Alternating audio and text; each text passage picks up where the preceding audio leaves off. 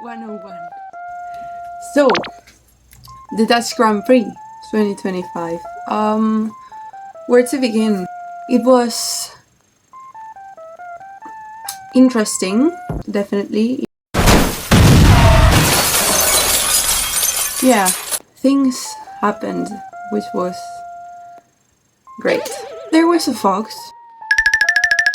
Before the weekend even started, McLaren gave an announcement. Basically, they got on stage to make an announcement, which was that they are no longer just McLaren. Now they are McLaren MasterCard. I think it was inevitable. I mean, it was bound to happen at some point. Some people were upset, some people didn't care. I get it. It was cool that they were the only team that was still only McLaren and didn't have like a sponsor's name on their own name, like Alsacian Williams Racing or Oracle Red Bull Racing. You know what I mean. I get people's point about, it being a pity that they are no longer just McLaren. Hear me out. I'm really happy and I'm really glad that MasterCard's logo and McLaren's logo have the same color scheme. I cannot deal with another Ferrari HP situation. The Ferrari red, and oh my god, the Ferrari red with that HP blue. So if they needed a sponsor, at least they got one that fits the theme, so good for them. At the start of the weekend, something exciting happened during free practice. Well, it did. I mean, obviously Stroll was fast for a while before, that happened. But before that, he was fast. Also, listen, big Fernando fan, okay? I mean, obviously,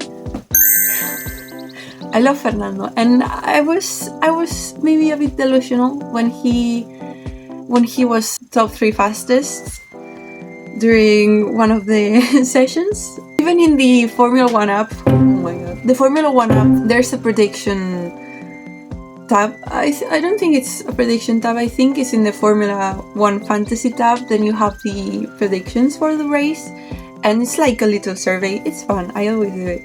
They basically tell you to predict the podium, so I did. My first place went to either, well, I put in Oscar Lando. So I put Lando first, Oscar second, or something like that, and then third I put Fernando. Now, was that delusional on my behalf? Yeah, I would say so. Yeah, pretty delusional. Do I regret it?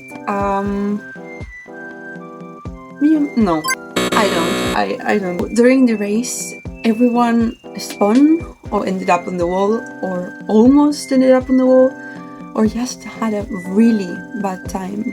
Unless you were Isaac Hadjar, in which case. There was this incident with Carlos Sainz and Liam Lawson, which was exciting, I guess. Basically, they almost crashed, and Carlos was really pissed off at Liam. He wanted him dead. And then the stewards gave him a penalty, so he added them to the list of people he wanted dead immediately. Basically, he didn't expect it. He complained through radio to his team, and then when they told him he had a penalty, he said something like, Who gets a penalty? Me? Are you joking? You're joking. It's the most ridiculous thing I've heard in my life. So, Ferrari had a double DNF that was great. Yeah. First was Lewis. He basically crashed into the wall. It was raining a bit, it was raining, but not really, but, a bit. So he just crashed into the wall. He got out of the car. He wasn't really happy. But then again, he hasn't been happy for a while now, And regarding Charles, well, he got attacked by a young Italian boy. So that's that. Kimi Antonelli crashed into him, basically crashed into the wall. The car was destroyed. So was Charles' hopes and dreams. nothing new. Typical Ferrari experience. Is it friendly fire if an Italian crashes a Ferrari? I don't know. Maybe. I mean, it makes sense. But there was nothing friendly about that. He wasn't really mad at Kimi. He wanted to stay out, and then the team was the one that told him to box. Well, to box. It's Ferrari, what do you expect from a strategy? He boxed, and then this happened, and Kimi took responsibility for it. I mean, Kimi owned up to it, he knew he was at fault. He said so multiple times, and I saw him talking to Frédéric Vasseur, and they went to the Ferrari motorhome, and he went there to apologize to, I don't know, probably Charles or the engineers or, whoever's in that team. When Lando's DNF happened and his car decided to stop working because it just, he didn't feel like it, so he just... It is said that it was an oil leak, apparently, because there was oil leaking from the car. Makes sense. But then Andrea Stella, I think he mentioned something about the chassis of the car, which I'm not quite sure if that's the reason why smoke started coming from the car, but I'm not an engineer. I don't know why it happened. Lando basically got out of the car, upset, understandably so. He got taken out of the race for something that wasn't his fault, that he wasn't, able to control. I mean, those things just happen. It sucks that it happened to him, I guess, or to anyone. So yeah, for Lando, I was pretty sad. I like Lando, and I also like Oscar. I'm a McLaren fan. But I wanted to see them fight. I wanted to see them fight because I want to be entertained. I want to be amused. Sue me. They have the championship in the bag. They really do. So I might as well see them fight wheel to wheel. And if they crash, hey. If they crash and they get a double DNF, I mean, I would rather have a double DNF because of a crash than have Lando be taken out of the race because the car just decided to stop working. That's lame. That's boring. That sucks. I want action. I want things to happen, okay? I want something entertaining to see. I think everyone does, okay? And this is the last Dutch GP, the last Dutch Grand Prix we're getting. Next year we don't have a Dutch Grand Prix. And I am angry, okay? Because the Zandvoort racetrack is one of my favorites, and they are slowly taking out all of my favorites. With Spa, for example, I love Spa, Francorchamps. It's one of my favorite tracks too, if not my favorite track. And there's been rumors, okay, about Spa staying in the calendar or if they're gonna take it out. And I don't see why that's necessary, okay? Spa stays, please. I don't understand why they're doing this. I mean, what? To have another American Grand Prix? Listen. I really like Austin, okay? I love Austin. It's really fun. And it's a racetrack that, I enjoy watching races there. Like, even MotoGP races. I love Austin. However, Miami. I mean, I guess it's different. Miami. I guess it's fun. It's interesting, maybe. I mean, it's not one of my favorites, okay? I could live without it. However, I cannot live without the Dutch Grand Prix. So, but yeah, Miami I can live with. I mean, it's whatever. It's not one of my favorites. Lando won his first race there, so there's that, That makes me like it a bit more because it's like something cool happened there. But otherwise it wouldn't be, and that with the fact that they spend such a big amount of time showing celebrities through the paddock in Miami. I don't care. I really don't care, seriously.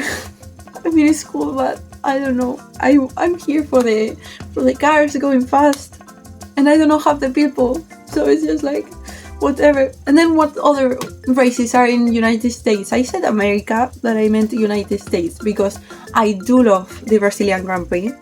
And I also love Mexico Grand Prix. So those two are great. They stay. Please, please, they stay. But talking about United States, as I said, Austin, good, cool. We love Austin, absolutely. Then we have Miami. Okay, Miami's okay. And then we have Las Vegas. Las Vegas is just another track that I think basically works because of the vibes, because it's cool to see the Vegas Strip all lit up, and you know, the sphere, the big ball in the middle of the track. That's cool, I guess. Would I rather have Las Vegas Grand Prix than Thunboard? No, absolutely not. No. No. Sorry, but I don't think so. Do I love that they are slowly taking out races that I love with all my heart? Not really. But can I do anything about it? Like anything? Also, not really. So there's that. That's fun. That's great. Yeah. That's absolutely great. Yeah. So the race went by, there were multiple safety cars. This time Oscar didn't mess up with the restart, which I was happy to see. Like in Silverstone. Regarding Lando, he did great. He did such a satisfying and beautiful overtake on Max. It was really, really cool, regaining the possession back. Oh, and Isaac, obviously, winning the podium, you know, getting on the podium, third place. It was... When Hülkenberg won his first podium, I got a bit emotional, and now with Isaac, it was really cool. Last year I watched F2, and so obviously I'm very familiar with, with basically all the rookies. So with Gabriel Portoleto, Isaac Hadjar, Kimi Antonelli and Oliver. I'm very familiar with those four, and I'm really happy to see that Isaac has succeeded and has done things that I knew he was capable of. I'm just really happy, because especially considering how he started off in Australia, I think it's great, and he is really happy, and I'm really happy, and everyone is. Although I fear for his life, because Red Bull is waiting for him, guys.